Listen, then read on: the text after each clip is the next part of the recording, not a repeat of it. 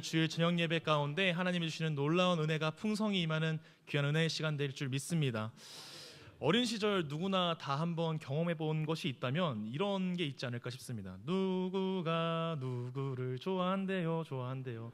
예, 다들 한 번씩은 경험해 보셨을 것 같아요. 때로 우리는 이 사건의 피해자로, 때로는 가해자로 섰던 기억이 있는 것이죠.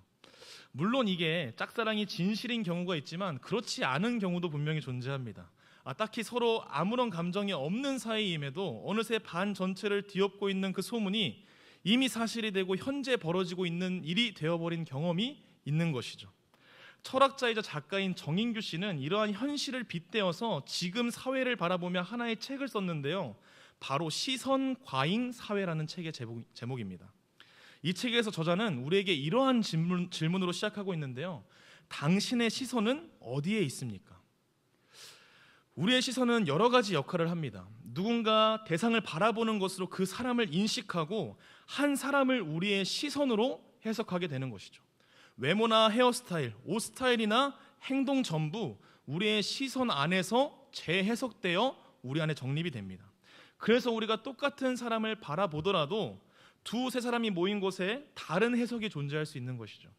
이처럼 사건과 세상의 현실, 내 앞에 주어진 상황들을 바라보는 것 또한 마찬가지입니다. 그리고 이러한 시선의 중요성은 시대의 변화 속에서 더욱더 큰 권력을 가지게 된 것 같습니다. 수많은 정보의 홍수 속에서 우리의 시선을 빼앗는 많은 것들이 이미 이 시대에 너무 많이 있기 때문이죠. 어느새 우리의 시선은 우리의 삶을 돕는 역할에서 우리를 쥐고 이끄는 말의 고삐처럼 변하게 된 것입니다.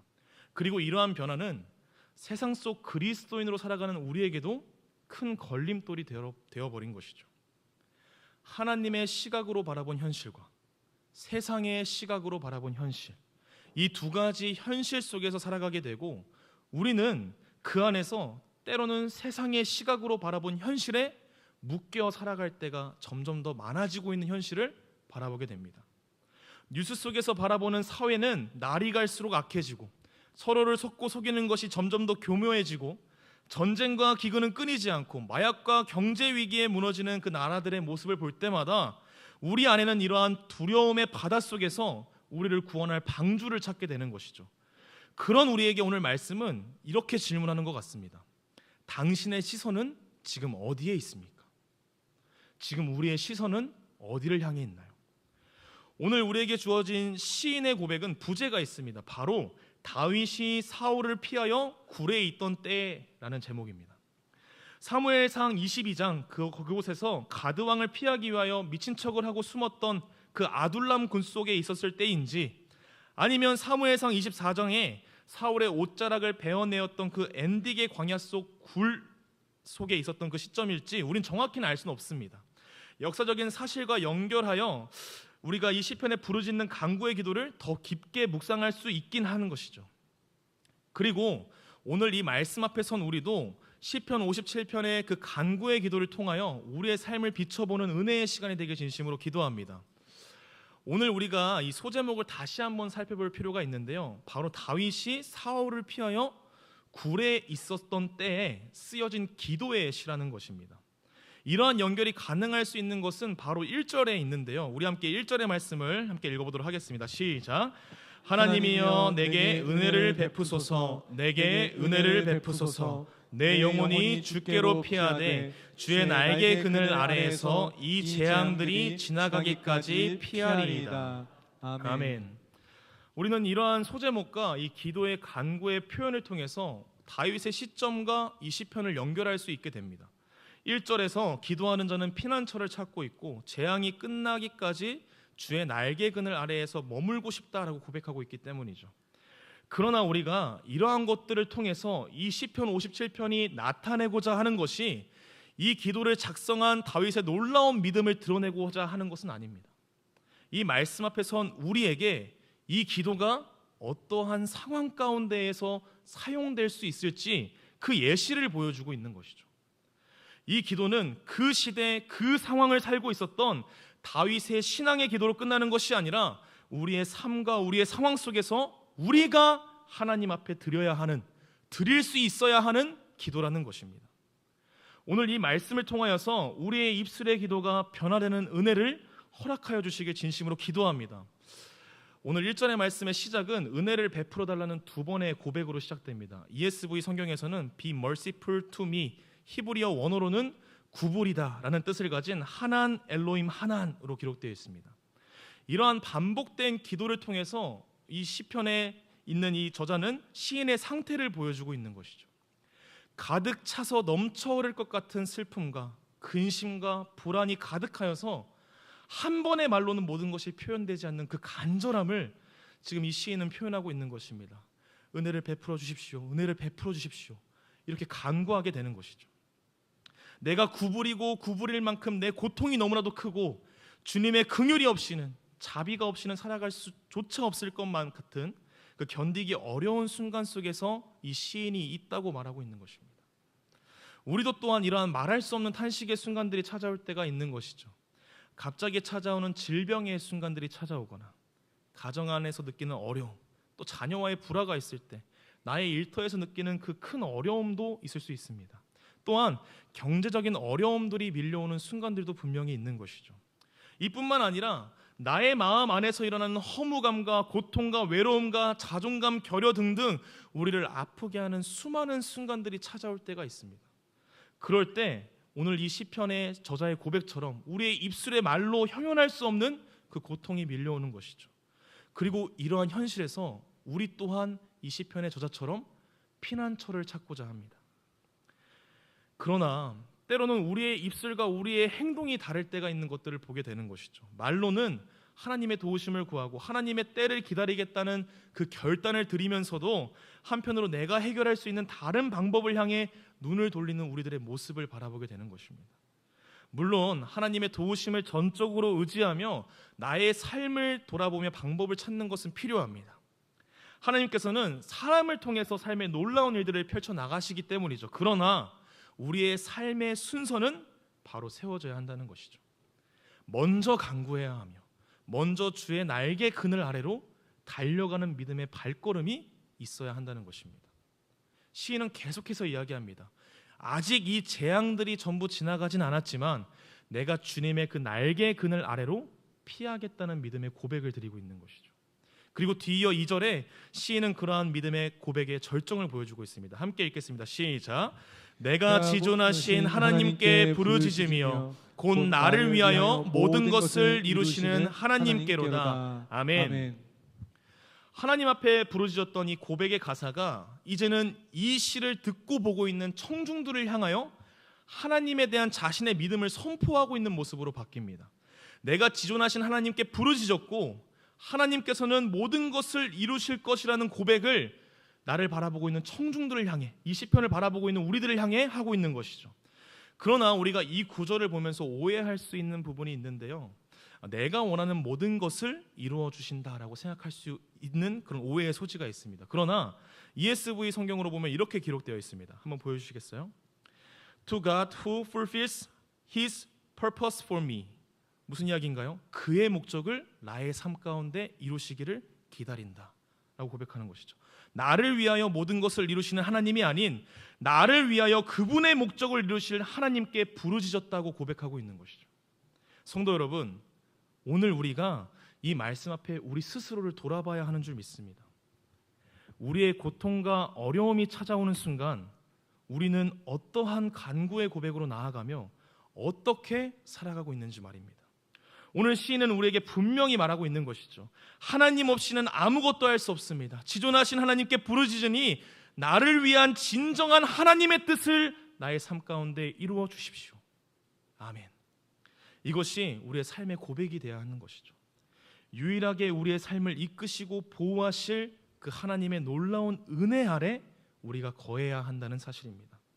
그렇게 시인은 3절에 하나님의 도우심에 대한 확신과 주님의 약속을 의지하는 시인의 간절함을 고백합니다. 제가 읽어드리겠습니다. 그가 하늘에서 보내사 나를 삼키려는 자의 비방에서 나를 구원하실지라 셀라. 하나님이 그의 인자와 진리를 보내시리로다. 아멘. 하나님이 나를 구원하실 것이다. 그의 인자와 진리를 보내주실 것이다. 그것을 믿고 의지하겠다는 고백을 드리면서 자신의 상태에 대해서 이렇게 고백하는 것이죠. 주님의 회복과 보호가 필요합니다. 그러한 상황 가운데 있습니다 라고 간절하게 고백하고 있는 것입니다. 이 시인은 지금 찬양의 고백을 통하여서 자신을 구원하고 지키실 그 하나님께 부르짖으며 나의 삶의 변화를 주실 것을 기대하며 간절하게 기도하고 있는 모습을 우리가 보게 됩니다. 오늘 우리가 살펴본 1절부터 3절까지의 말씀을 바라볼 때 이러한 기도는 우리의 삶의 어떠한 순간에 내 입술을 통해서 고백되는지 생각해 보게 됩니다. 무언가 변화의 순간이 시작될 때, 바뀌는 것이 있을 때, 나의 삶에 작은 변화라도 좋은 것이 생겨나는 그 시점에 어쩌면 우리는 이러한 시점에 이러한 기도의 고백들을 드릴 수 있을지 모르겠습니다. 어쩌면 우리 마음속에 이러한 고백은 모든 어려움이 다 지나가고 이제 평안함이 찾아왔을 때나 이러한 고백을 기도로 드릴 수 있게 된다라고 말할 수 있을지도 모르겠습니다. 돌아보니 주님의 은혜였습니다. 그 순간은 너무 고통 가운데 있었지만 돌아보니 주님의 은혜였습니다 라고 고백할 수 있는 것이죠. 물론 이것도 너무나도 귀한 신앙의 고백이지만 그러나 오늘 우리가 바라본 시인의 삶은 조금 달랐습니다. 그가 있던 현실은 주의 날개 아래 하나님의 보호하심과 지키심이 가득히 임재하는 그런 따뜻한 장소가 아니었던 것이죠. 그는 지금 악인들을 피하여 자신을 죽이고자 하는 적들을 피하여 어두컴컴한 그 칠흑 같은 어두움 속에 있었다라고 시인은 고백하고 있습니다. 우리 뒤이어 4절과 6절의 말씀 함께 읽어보도록 하겠습니다. 시작. 내 영혼이 사자들 가운데에서 살며 내가 불사르는 자들 중에 누웠으니 곧 사람의 아들들 중에라. 그들의 이는 창과 화살이요 그들의 혀는 날카로운 칼 같도다. 그들이 내 걸음을 막으려고 그물을 준비하였으니 내 영혼이 억울하도다. 그들이 내 앞에 웅덩이를 팠으나 자기들이 그 중에 빠졌도다. 셀라. 아멘. 오늘 시인은 자신의 상황에 대해서 이렇게 표현합니다. 자신이 사자 가운데 둘러싸여 있으며 불사르는 자들 사이에 누워 있으며 창과 화살, 날카로운 칼로 찌르는 듯한 비난과 혐오 속에 있다고 고백하고 있는 것이죠. 하나님의 날개 아래 그 따뜻한 보호하심 속에 있는 것이 아니라 그 악인들의 한 가운데, 그 상황 가운데 있었다라고 고백하는 것입니다. 그들은 여전히 자신의 걸음을 막고 그물을 준비하여 나를 넘어뜨리기 위하여 주시하고 있다고 고백하는 것이죠. 그래서 내 영혼이 너무나도 억울하다고 고백하고 있는 것입니다. 마치 사냥꾼이 사냥감을 잡기 위하여 앞뒤로 덫을 준비하고 사냥을 하고 있는 것 같은 상황처럼 시인은 자신의 모습을 그렇게 표현하고 있는 것이죠. 여전히 어렵고 힘든 상황은 나를 얽매이고 나를 둘러싼 주위의 사람들은 그들의 이빨과 혀로 하는 말들을 통해서 자신을 찢어내고 찌르고 있다라고 말하고 있는 것이죠. 그는 지금 굴 밖에 서서 마치 새벽에 동이 트여가는 것을 바라보는 것처럼 해결의 실마리 속에 있었던 것이 아니라 여전히 어둡고 침침하고 좌절감과 두려움이 가득한 그 굴 속에 있다고 고백하고 있는 것입니다. 오늘 소제목을 통해서 이 다윗의 상황으로 바라볼 때 수많은 블레셋 군사들을 무찔렀던 자신이 가드왕 아기스 앞에서 미친 척을 하면서 침을 수염에 흘리며 아둘람굴로 도망가고 있는 것이죠. 그리고 그곳에 모인 자들에 대해서 성경은 이렇게 기록합니다. 사무엘상 22장 2절 말씀, 상반절 말씀을 함께 읽어보겠습니다. 시작. 환난당한 모든 자와 빚진 모든 자와 마음이 원통한 자가 다 그에게로 모였고. 아멘. 어떤 상황인가요?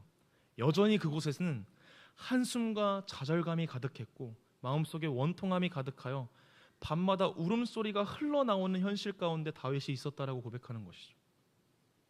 여전히 나의 삶은 변한 것이 없고 나의 마음은 여전히 찢어질 듯이 아파하며 나의 가정 안에 놀라운 변화들이 일어나지 않고 나의 자녀들과의 관계도 여전히 전쟁 속에 있는 것 같고 누군가의 말이 나를 찌르고 찢는 것 같은 그런 아픔 속에 있다라고 오늘 시인은 이야기하고 있는 것입니다. 그런데 그러한 현실 속에서 시인은 이렇게 고백합니다. 우리 5절의 말씀 함께 읽어보겠습니다. 시작. 하나님이여 주는 하늘 위에 높이 들리시며 주의 영광이 온 세계 위에 높아지기를 원하나이다. 아멘. 우리가 개인의 현실 속 어려움과 불평 속에서 자연스럽게 예상할 수 있는 기도의 제목들이 있습니다. 영광스러운 하나님의 현현, 뭔가 나타나심을 간구하는 것보다 이러한 현실을 뒤집어 달라는 직접적인 간구의 기도를 하게 되는 것이죠. 내 주위를 둘러싼 사자와 같은 그 창과 칼과 화살과 같은 그들에게서 벗어나기를, 내 걸음을 막으려는 자들을 없애달라는 간구의 기도를 드려야 할 것 같은 그 순간에 시인은 지금 이렇게 이야기합니다. 하나님 자신을 드러내달라고 고백하고 있는 것이죠. 그 어떠한 현실적인 것보다 하나님이 나의 앞에 있기를 원합니다. 영광스러운 하나님이 나의 앞에 있기를 원합니다 라고 고백하고 있는 것입니다. 주님의 놀라우신 영광이 지금 이 자리 가운데 있게 해달라고 구하고 있는 것이죠. 그리고 이렇게 고백합니다. 우리 6절 하반절의 말씀을 다시 한번 읽어보겠습니다. 그들이 내 앞에 웅덩이를 팠으나 자기들이 그 중에 빠졌도다. 아멘. 무슨 이야기인가요? 이 영어 성경으로 보면 확실히 볼 수 있는데요, have fallen이라고 되어 있어서 현재 완료형으로 쓰여져 있는 것을 봅니다. 아직 현실의 변화는 하나도 없고 여전히 깜깜한 굴 속에서 나를 잡기 위하여 사냥꾼처럼 이리저리 덫을 펼치고 발길을 기다리고 있는 그 현실을 살아가지만 이미 그들은 자신의 웅덩이에 떨어졌다. 이미 그들은 하나님의 영원한 심판 속에 빠졌다라고 고백하고 있는 것이죠. 시인은 지금 그러한 믿음의 고백을 드리고 있는 것입니다. 그리고 나서 그의 찬양은 완전하게 바뀝니다.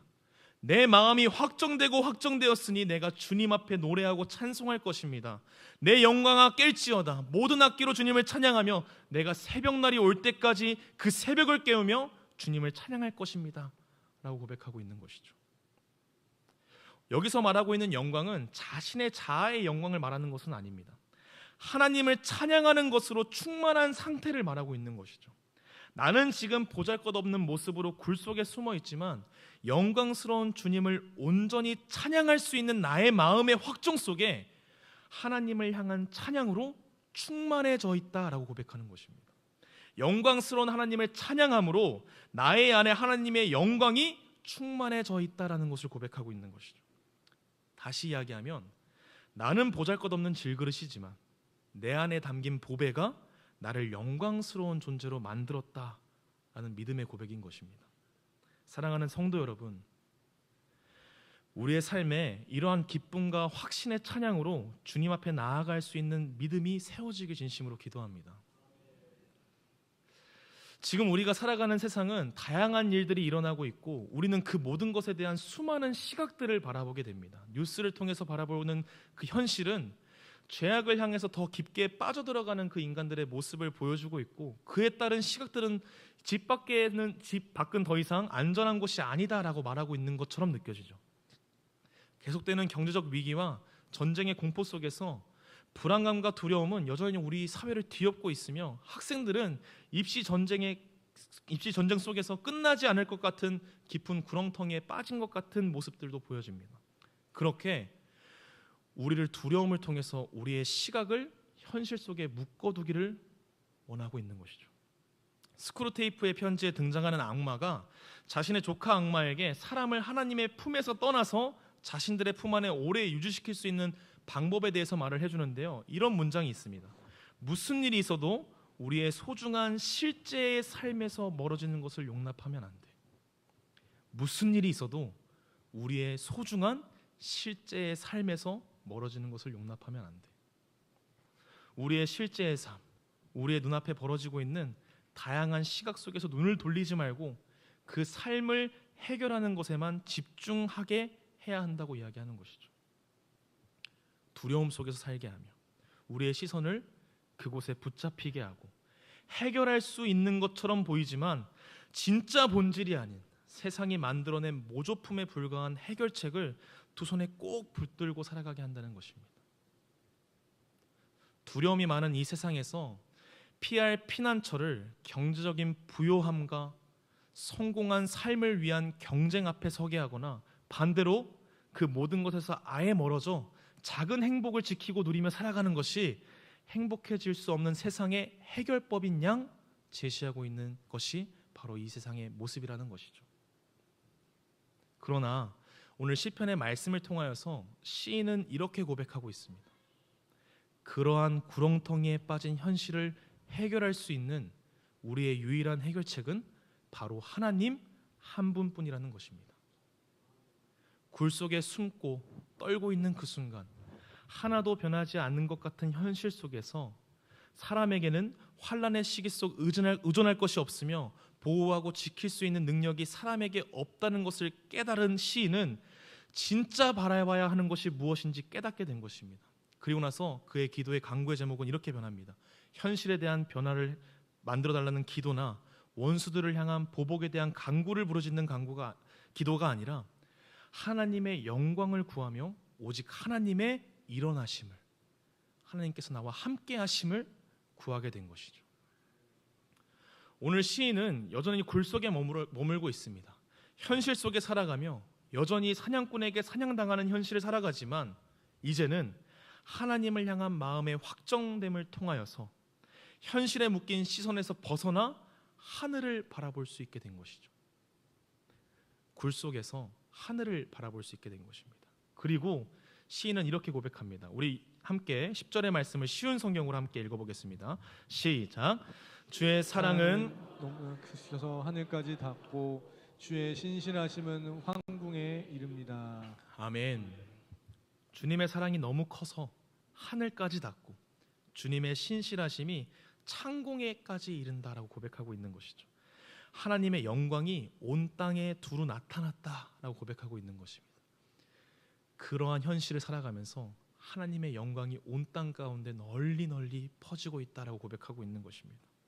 굴 속에서 현실에 묶인 시선에서 벗어나 눈을 들어 위를 바라볼 때 온 하늘을 덮고 있는 그 하나님의 사랑과 온 창공을 가득히 메운 주님의 신실하심을 바라볼 수 있게 된 것이죠.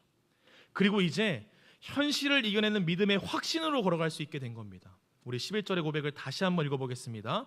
시작. 하나님이여 하늘 위에 높임을 받으소서. 주의 영광이 온 땅에 두루 나타납니다. 아멘. 사랑하는 수원북부교회 성도 여러분, 오늘 우리에게 주어진 현실 가운데 붙잡힌 우리의 시선이 있다면 눈을 들어 우리를 감싸며 함께 하시는 그 주님의 영광을 바라보며 그 영광에 사로잡히는 시간 되길 진심으로 기도합니다. 세상이 주는 두려움과 우리의 시선을 빼앗은 수많은 거짓된 것들에 속아 살아가며 진리가 아닌 것들에 흔들리는 삶을 살아가는 것이 아니라 지존하신 하나님의 놀라운 영광에 사로잡힌 성도로, 하나님의 영광에 붙잡힌 자로 살아가길 진심으로 기도합니다. 깜깜한 굴 속에서 하나님의 놀라운 영광의 빛을 바라본 그 시인의 놀라운 고백처럼 우리의 현실의 그 두려움과 연약함 속에서도 어두움을 물리치시며 우리의 삶 가운데 주님의 뜻을 이루어 주실 그 지존하신 하나님의